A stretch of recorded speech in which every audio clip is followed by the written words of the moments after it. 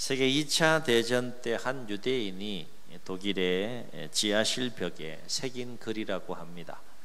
짤막한 글인데 참 큰 울림을 주는 또 글이라 할 수 있습니다. 햇볕이 보이지 않아도 나는 태양을 믿는다. 비록 느끼진 못하더라도 나는 사랑을 믿는다. 비록 잠잠할지라도 나는 하나님을 믿는다. 이런 글귀였다는 거예요. 참 글에 힘이 있어요. 엄청난 에너지가 여기에 담겨 있는 것을 보게 됩니다. 햇볕이 보이지 않아도 태양을 믿는다는 거죠. 이 얘기는 뭔가 지금 햇볕이 없는 지금 지하실에 지금 있는 이분의 상황을 볼 수 있는 거죠. 느끼진 않지만 나는 사랑을 믿는다는 거예요. 잠잠하지만 나는 하나님을 믿는다는 거죠. 이 생에 가장 어둡고 가장 힘들고 가장 큰 시련의 상황 속에 있는 나를 향하여 하나님이 잠잠하시고 나를 향하여 침묵 가운데 있다 할지라도 나는 하나님을 믿는다. 이런 고백의 글인 거죠. 무엇이 우리의 인생을 위대하게 만들까요? 오늘 말씀은 우리가 너무 잘 아는 예수님께서 갈릴리 호숫가에 일어난 큰 풍랑을 잔잔케 하시는 사건에 관한 이야기가 되겠습니다. 오늘 말씀은 오늘 본문에만 소개된 것이 아니라 마태복음과 마가복음에도 동일하게 소개되고 있는 사건에 관한 이야기인데, 마태복음에는 8장 23절로 27절에 소개되고 있고 마가복음에서는 4장 31절로 45절에 동일한 사건에 관한 이야기가 기록이 됩니다. 언제, 하루 중 언제 일어난 사건일까 놓고 볼 때 병행구절인 마가복음 4장 이제 35절에 보게 되면 예수님께서 씨 뿌리는 자의 비유를 비롯해서 여러 가지 비유를 말씀하시고 그 비유의 뜻이 무엇인지를 쭉 풀어주시는 저녁이었다라고 말합니다. 그러니까 오늘 큰 풍랑을 잔잔케 하시는 이 사건은 갈릴리 호수의 한밤중에 일어난 사건이었다라고 하는 것이죠. 22절로 23절에 보게 되면 예수님은 제자들과 함께 배에 올라서 한밤중에 갈릴리 호수 건너편을 향하여 나아가고 있었다라고 했고, 행선할 때에 예수님은 하루하루 참 고단한 일과를 감당하셨는데 몸이 많이 피곤하셨던 것 같아요. 그래서 깊이 잠이 드셨다라고 증언을 합니다. 그런데 23절 보면 이런 상황 속에 갑자기 마침 광풍이 호수로 내리침에 배에 물이 가득하게 되어 위태하였다라고 증언해요. 우리 한글로는 광풍으로 이렇게 번역을 하고 있지만 이 광풍의 원어적인 의미는 어떤 의미가 있는가 하면 갑자기 사납고 큰 돌풍이 확인 거예요. 큰 돌풍이 일어난 겁니다. 큰 돌풍이 일어난 가운데에 하늘이 구멍이 난 것처럼 엄청난 비가 하늘에서 쏟아지는 거예요. 그게 광풍이라는 이 단어로 번역된 원어적인 의미입니다. 그러므로 이 광풍이 호수로 내리쳤다라고 하는 이 부분은 뭔가 하면 엄청난 돌풍과 더불어서 엄청난 그 비가 이 갈릴리 호수를 건너편을 향하여 나아가고 있는 예수님과 제자들이 탄 이 배에 쏟아진 거예요. 쏟아진 거. 그러니까 배가 어떻게 되겠습니까? 일단 하늘에서 쏟아지는 비로 인해서 물이 차기 시작을 했고, 그 다음에 풍랑으로 인하여 돌풍이 일었으니까 큰 풍랑으로 인하여서 바다에 물이 배로 들어오게 되고, 그 다음에 배가 이렇게 전복될 수 있는 이런 위태로운 상황 속에 현재 놓여 있는 상황을 우리가 말씀을 통해 생각할 수 있습니다. 아마도 상황을 놓고 보면 갑자기 이와 같은 상황이 발생했기 때문에 제자들이 한밤중에 얼마나 당황했겠는가, 얼마나 두려웠겠는가, 얼마나 다급했겠는가, 얼마나 그 공포심이 밀려오는 공포심이 컸겠는가 우리가 말씀을 통해 짐작할 수 있습니다. 그래서 이러한 상황 속에 제자들이 얼마나 다급했으면 주무시고 계신 예수님을 막 깨웠다 그랬어요. 오늘 말씀 보면 주여를 2번 합니다. 주여 주여 막 이러면서 막 다급하게 깨우시는 거죠. 우리가 죽게 되었다. 죽을 지경이다. 예수님 지금 주무실 때가 아니다. 이렇게 막 다급하게 예수님을 막 깨우고 있는 상황이에요. 제자들이 깨우니까 예수님이 일어나셨죠. 잠에서 깨어나시고 상황을 보니까 정말 죽을 수밖에 없는 그 위태로운 상황인 것을 예수님께서 보게 된 거예요. 그리고 예수님께서 어떤 일을 행하시는가 하면 놀랍게도 사람을 꾸짖듯이 바람을 향하여 꾸짖었고 사람을 향하여 꾸짖듯이 물결을 향하여 꾸짖었다 그랬어요. 뭐라고 꾸짖었겠습니까? 잔잔해라. 한번 따라 하시겠습니다. 바람아 잔잔해라. 물결아 잔잔해라. 정상적인 행동이에요 이게? 예? 이게 정상적인 행동이. 그런데 예수님은 바람을 향하여 명령하셨고 물결을 향하여 명령했다. 뛰놀지 마라. 잔잔해라. 이 말씀 한마디에 놀라운 일이 생긴 거예요. 어떤 일이 생겼습니까? 말씀 뭐라고 정언합니까? 이에 그쳐 잔잔하여 지더라 그랬습니다. 아멘. 이게 믿어지세요? 이게 믿어지셔야 돼. 이게 믿어지세요? 왜 아멘이 적으실까? 이게 믿어지십니까? 이게 믿어져야지 성경이 너무너무 신나고 재미있는 이야기가 되는 거예요. 에이 말도 안 돼 이러면 이 사건은 나와 별 상관이 없는 사건이 되는 거죠. 상상할 수 없는 일이 그 순간에 예수님의 말 한마디에 모든 상황이 다 종료가 된 겁니다.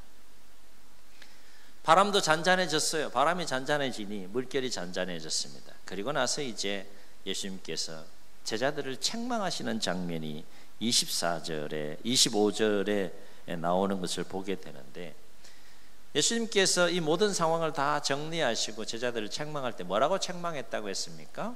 너희 믿음이 어디 있느냐, 이렇게 책망했다라고 했어요. 이게 무슨 의미일까요? 너희 믿음이 어디 있느냐. 앞서 언급했듯이 동일한 사건이 마태복음에도 기록되어 있고 마가복음에도 기록되어 있는데, 너희 믿음이 어디 있느냐라고 하는 이 표현이 조금씩 달라요. 마태복음과 마가복음, 누가복음이 서로 조금씩 표현이 다릅니다. 왜 표현이 다르느냐? 이 사건을 바라보는 관점이 마태, 마가, 누가 이 저자들의 서로 강조하는 부분이 조금씩 달라서 표현이 조금씩 다릅니다. 마태복음에서는 어떻게 이 부분을 표현하는가 하면 이렇게 표현해요. 어찌하여 무서워하느냐, 믿음이 작은 자들아, 이렇게 표현해요. 마가복음에서는 어떻게 표현하는가 하면 너희가 어찌 믿음이 없느냐, 이렇게 표현해요. 조금씩 달라요. 왜 이렇게 차이가 날까? 무엇을 하길래 이런 차이를 두고 표현이 다를까? 마태가 강조하는 것이 뭐고 마가가 강조하는 것이 뭐고 이 사건을 두고 누가가 강조하는 것이 뭘까 생각해 볼 때 마태복음의 경우를 보면 이런 의미가 여기에 담겨 있어요. 어찌하여 무서워하느냐, 믿음이 작은 자들아라고 하는 이 표현은 어떤 의미가 있는가 하면, 지금 이 큰 풍랑과 위기 가운데 있을 때 오히려 더 큰 믿음을 가져야 하는데 지금 제자들은 어떤 상황이 있다는 거예요? 믿음이 쪼그라든 거예요. 그래서 어찌하여 무서워하느냐, 믿음이 작은 자들아, 이렇게 책망하고 계시는 거죠. 작은 믿음도 키워야 될 상황인데 이 풍랑을 만난 이 위기 상황에서 오히려 제자들의 마음이, 믿음이 작아졌다, 그걸 책망하는 것이죠. 마가복음을 보면 너희가 어찌 믿음이 없느냐라고 지금 표현하고 있는데, 마태복음은 믿음이 작음을 지금 강조했다면 마가복음은 믿음이 없음을 강조하고 있는 거예요. 이를테면 오늘 이 풍랑을 잔잔하게 사건 이전에 이미 예수님은 제자들과 함께 하시면서 많은 기적을 행하셨어요. 많은 능력을 행하셨고요. 그러면 예수님이 어떤 분인지를 제자들이 알아야 되고 어떤 상황에 놓여 있든지 간에 예수님에 대한 믿음을 가져야 될 상황인데, 오늘 이 풍랑의 사건 속에 제자들 마음속에는 믿음이 있다 없다? 없다는 거예요. 그래서 너희가 어찌 믿음이 없느냐라고 그렇게 책망하시는 것이 이제 마가복음에서 강조하는 또 관점이라는 거예요. 자, 그러면 누가복음의 경우는 너희 믿음이 어디 있느냐라고 표현하고 있는데, 이 책망을 통해서 강조하는 것이 뭘까? 누가복음의 경우는요, 제자들이 평소에 예수님을 향하여 가졌던 믿음이 이 위기 상황 가운데에서 그 믿음을 잃어버리면 안 되는데, 이 위기 상황 속에서 잃어버렸다는 거예요. 평소에 가지고 있던 믿음을 잃어버린 거예요. 여기서 어디 있느냐라고 하는 이 말은 어떤 뉘앙스를 가진 그 말인가 하면, 마치 난리통에 어떤 그 소중한 물건을 잃어버렸는데 그 물건의 존재 여부와 위치에 대해서 묻는 것과 같은 그런 뉘앙스입니다. 결코 잃어버리지 않아야 될 소중한 것인데 잃어버린 상황 속에서 그것이 어디 있느냐라고 찾고 그것이 어디 있느냐 물으시는 뉘앙스로 지금 예수님께서 너희 믿음이 어디 있느냐 이렇게 지금 질문하고 계시다 하는 거예요. 그러므로 너희 믿음이 어디 있느냐라고 하는 것은, 예수님의 이 책망은 삽시간에 이제 덮친 재난으로 인해서 제자들이 순식간에 믿음을 잃어버린 것에 대한 책망의 말씀이다 라고 하는 겁니다. 질문합니다. 평상시에도 믿음을 우리가 가지고 삶을 살아야 하지만 어려움을 만났을 때 그 믿음을 잃어버려야 돼요? 잃어버려야 돼요? 안 잃어버려야 돼요? 근데 여러분 어때요? 잃어버려요? 잃어버려요? 잃어버리는 경우가 많아요? 많아요? 솔직하게. 어려움을 만나면 더 큰 믿음을 가져야 되는데, 어려움을 만나면 믿음을 잃어버리는 경우가 얼마나 많아요. 인간적인 생각에 더 빨리 사로잡혀요. 그래서 근심합니다, 막 걱정합니다, 염려합니다, 불안해합니다, 초조해합니다. 그건 세상 사람들의 삶의 모습이라는 거죠. 하나님의 사람들, 참된 그리스도인들은 어려움을 만나면 더 큰 믿음을 가져야 된다는 거예요. 오늘 말씀에서 우리가 주목할 것이 뭡니까? 우리도 삶을 살아가면서 삶의 여정에 뜻하지 않은 이런 시련과 인생의 어려움들을 만날 수 있다는 거죠. 풍랑을 만날 수 있다는 거예요. 그럴 때 우리의 믿음이 작아지는 것이 아니라, 우리의 믿음을 잃어버려야 하는 것이 아니라 오히려 더 큰 믿음을 가지고 역사해 갈 수 있어야 된다. 아멘. 아멘. 예수님께서 오늘 이것을 우리에게 도전해 주고 계신 거예요. 더 세게 나가는 거예요. 더 크게 나가는 거예요. 더 센 믿음, 더 강한 믿음, 더 큰 믿음을 가지고 나아가는 거죠. 죽으면 죽겠다, 이런 각오와 결단을 가지고 우리가 믿음으로 역사해 나아갈 때 그 어려움들을 극복해 갈 수 있다 하는 거예요. 어느 정도로 더 큰 믿음을 가져야 할까? 여러분, 어느 정도로 더 큰 믿음을 가져야 돼요? 일단 내가 삶을 살아가면서 만나는 그 어려움이 어떤 어려움이 되었든 어떤 위기가 되었든 그것으로 인해서 밀려오는 두려움을 너희 이길 수 있을 만큼 큰 믿음을 가져야 된다. 아멘.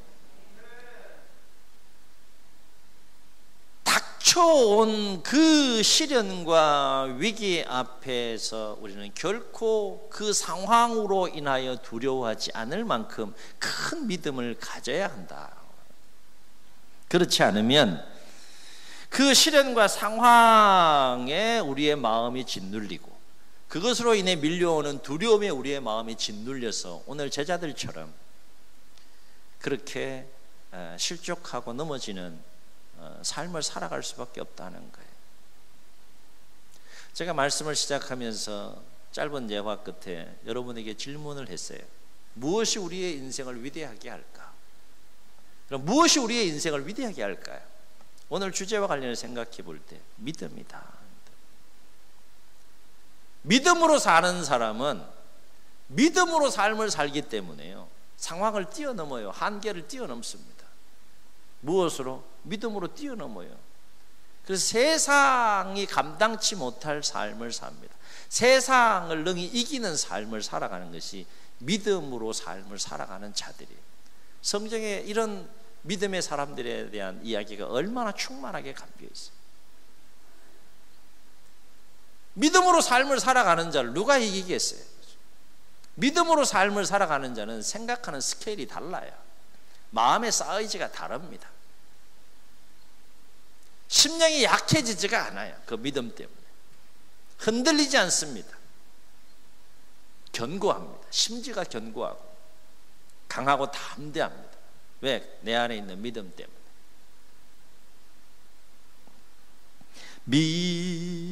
믿음이 이기네, 믿음이 이기네, 주 예수를 믿음이 온 세상 이기네. 다 같이 한번 해봅시다. 믿음이 이기네, 믿음이 이기네, 주 예수를 믿음이 온 세상 이기네. 그 믿음이 있느냐 이 얘기예요. 너희 믿음이 어디 있느냐? 예수님께서 그렇게 말씀하시는 거죠. 그렇다면 우리가 시련과 어려움 앞에서 가져야 될 더 큰 믿음은 뭐냐? 복잡하지 않습니다. 모든 시련, 모든 어려움, 모든 위기, 모든 고난에서 능히 우리를 건지시고 구원하시는 그 주님이 우리와 함께 하신다는 믿음, 그 주님이 반드시 우리를 그 모든 상황에서 건지시고 구원하신다는 믿음, 이 믿음이 더욱 큰 믿음으로 우리 심령 가운데 역사할 수 있어야 된다는 거예요. 아멘. 시련이 딱 오면 믿음이 작아지는 것이 아니라, 시련이 딱 오면 믿음을 잃어버리는 것이 아니라 어떻게 하라는 거예요? 그럼에도 불구하고 주님이 나와 함께 하신다. 이 상황에서 주님은 반드시 나를 건지신다. 바람과 물결을 향하여 명령하신 잔잔케 하신 주님이, 그 주님이 나와 함께 하시고 그 주님이 나를 반드시 구원하신다. 이 믿음이 더욱더 커야 된다는 거예요. 커야 된다. 왜 주님은 제자들에게 바람과 물결을 향하여 명령하심으로 잔잔케 하시는 그 모습을 보여주고 계시는가? 의도가 있어요. 내가 누구인지 다시 한번 보라는 거예요. 주님이 어떤 분인지 다시 한번 보라는 거예요. 그리고 주님에 대한 더 큰 믿음을 가지라는 거죠. 그래서 25절 하반절 보면 풍랑을 잔잔케 하시는 주님의 이 모습을 보고 제자들이 어떤 반응을 보였는지에 대해서 증언하는 장면이 나오는데, 25절을 보세요. 그들이 두려워하고 놀랍게 여겨 서로 말하되 그가 누구이기에 바람과 물을 명함에 순종하는가 하더라 그랬어요. 이 얘기는 뭡니까? 이 사건을 통하여 제자들이 주님이 어떤 분인지 잘 몰랐던 그 부분을 더 잘 알게 되었고, 그리고 주님에 대한 더 큰 믿음을 가질 수 있었다는 의미가 저기에 담겨 있는 거예요. 사랑하는 성도 여러분, 여러분의 삶 가운데 물질로 인해서, 질병으로 인해서, 또 생업으로 인해서, 또 사람으로 인해서, 또 여러 가지 일들로 인해서 혹 인생의 풍랑 가운데 있지는 않습니까? 우리가 삶의 여정에서 이 인생의 풍랑을 만났을 때 우리가 어떻게 해야 될까? 낙심해야 되느냐? 근심하고 걱정하고 염려하고 불안해하고 원망하고 불평하고 절망하고 두려워해야 되느냐? 시험에 빠져야 되느냐? 그리스도인으로서 그렇게 삶을 살아야 되느냐? 하나님의 자녀로서 그렇게 삶을 살아야 되느냐? 더 큰 믿음을 가지라는 거예요. 아멘. 주님은 오늘도 제자들에게 말씀하신 것처럼 우리 모두에게 이렇게 말씀하세요. 너희 믿음이 어디 있느냐? 이 질문 앞에 정직하게 설 수 있기를 주의 이름으로 축원합니다. 바로 앞기는 살면서 어떤 시련과 위기와 어려움을 만난다 할지라도 그 어려움 앞에서 믿음이 작아지는 자들이 아니라, 그 어려움 앞에서 믿음을 잃어버리는 자들이 아니라, 연약하고 나약하게 사는 자들이 아니라 오히려 어려움 앞에서 주님에 대한 더 큰 믿음을 가지고 극히 강하고 담대한 마음으로 모든 그 고난과 시련과 어려움들을 이겨내고 승리하는 삶이 되시기를 예수님의 이름으로 축복합니다. 축복합니다. 우리 말씀을 기억하시면서 찬양하시고 한번 통성으로 기도하겠습니다.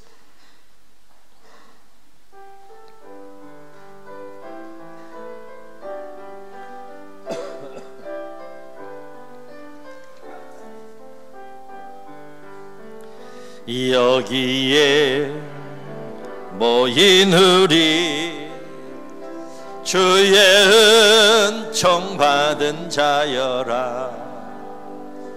주께서 이 자리에 함께 계심을 하노라. 언제나 주님만을 찬양하며 따라가리니. 고백합시다.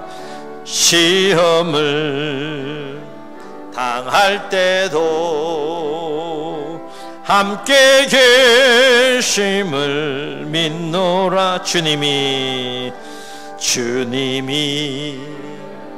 뜻하시니 헤아리기 어렵더라도 언제나 주 뜻 안에 내가 있음을 아노라 하며 사랑과 말씀들이 나를 더욱 새롭게 하니 때로는 넘어져. 고백합시다. 최후 승리를 믿노라 하며 이 믿음도 굳세라. 주가 지켜주신다.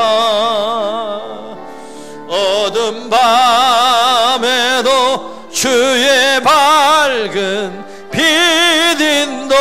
인도하여 주신다. 저희 눈을 감으시고 우리 말씀을 기억하시면서 통성으로 기도하시겠습니다.